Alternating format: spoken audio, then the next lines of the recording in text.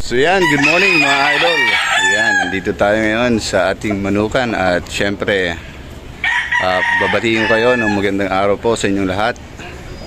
Ayan, so for today's video mga idol is papakita natin or papasilip yung ating NUDC Bullix. Ayan, so nakabili nga tayo kay Mr. Dongchong or sa NUDC Game Farm ng mga Bullix na gagamitin sa ating breeding. So ngayon po ay papasilip ko po yung ating bulik ng NUDC na para sa ating breeding materials mga idol. So yan, papasilip natin mga lodi, mga idol, mga boss, ang NUDC bulik. So yan mga idol, oh, yan, ito yung isa sa mga pullets na nakuha ko mga lods, ang NUDC Dome bulik. Ito ay gold bulik mga idol ng NUDC. Ayan, isa sa mga signature line ng NUDC mga idol, or signature line talaga ng NUDC kasi yun talaga yung pinaka winning line nila, yung mga bulik. Ayan, so isa po ito sa ating nakuha mga lodi na bulik pullet. So yan mga idol, yung isa sa mga gamitin ko ngayong breeding, yung pullet na yan. At papakita ko naman mga lods etong NUDC broodstag. Yan, so yan mga idol, oh, ito yung gagamitin nating broodstag. Galing din po yan kay NUDC. So mamaya puwi natin at papakita syempre yung kanilang leg band para makita nyo na legit. Yan naman mga idol, isa sa mga pullet na nakuha natin kay NUDC. Ayan, bulik gold pa rin. So pareha sila nung isang pullet. Ayan, halos parehas na parehas talaga. Ayan mga lods, ayan, oh, parehas sila, yung pullet number 1 tsaka pullet number 2. So yan po yung ating gagamitin mga lods, NUDC bulik. Ayan, so bali mga lods, request po ito ng aking mga buyers na iba na mag breed dito sa Manila para sa kanilang week old. So magre-release po ako nito ng week old mga idol. Yan, NUDC bulik.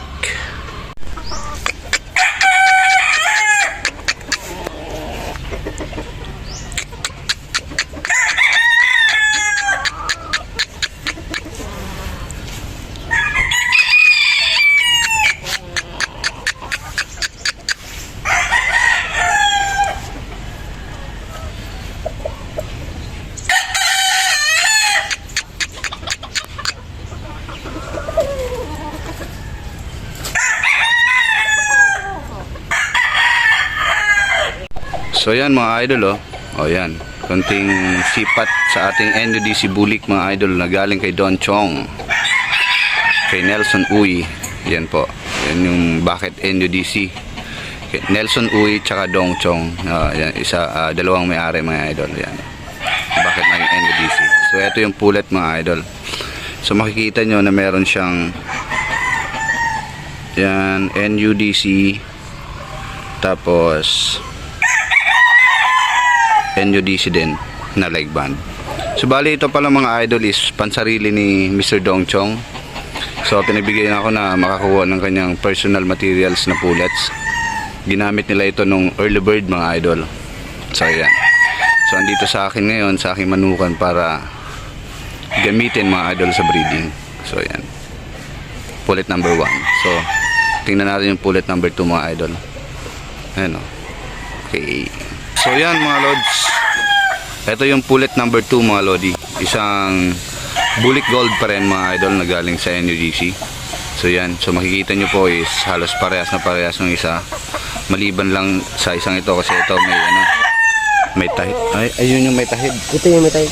Ay, ito yung may tahid. Okay, so ito yung may tahid.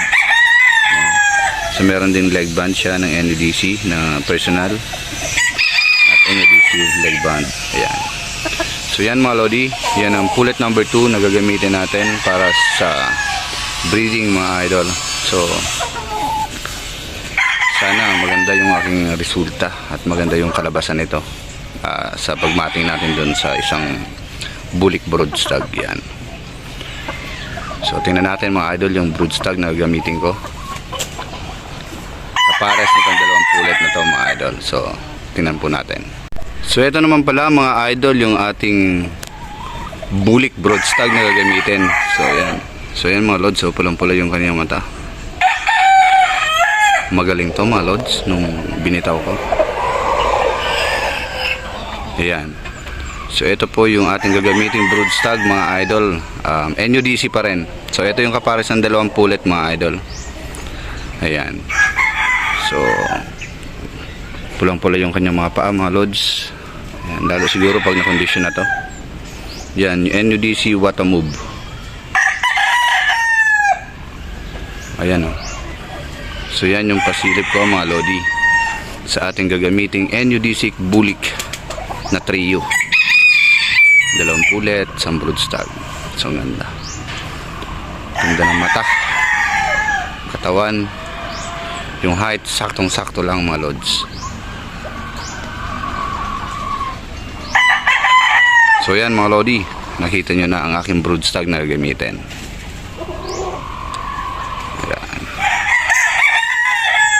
NUDC bulik broodstag. So yan mga idol oh, ito yung aking bulik trio ng NUDC. So ito yung gagamitin natin sa breeding. Ayan. So yan mga idol, so maraming salamat. So yan mga idol, so maraming salamat po at napasilip ko na po yung ating NUDC bulik na trio na gagamitin natin sa breeding mga idol. So yun lamang po yung first set o yung unang set na nabili ko pa lang sa breeding materials na gamitin ko dito para sa mga day old natin na mga pa-order mga idol. So isang NUDC bulik trio. So abangan nyo po mga idol yung aking second set and third set na materials na bibilhin mga lods sa Red Game Farm. So sana po maka-acquire tayo ng Red Gilmore Quadro and Red Golden Boy Quadro. So let's see kung makakakuha tayo o kaya ng ating budget mga lods. Yan pa yung mga request ng aking mga buyers pagdating sa day old na gagamiting materials. Isa sa mga request nila yung mga bulik ng NUDC, Golden Boy ng Red and Gilmore ng Red. So abangan mga lodi ang aking pagbisita sa Red Game Farm at pagkuha ng ating gagamiting breeding material. So ayan, maraming salamat po sa lahat ng nanonood at magandang araw pong muli sa inyong lahat. Ayan, maraming salamat po. Yeah.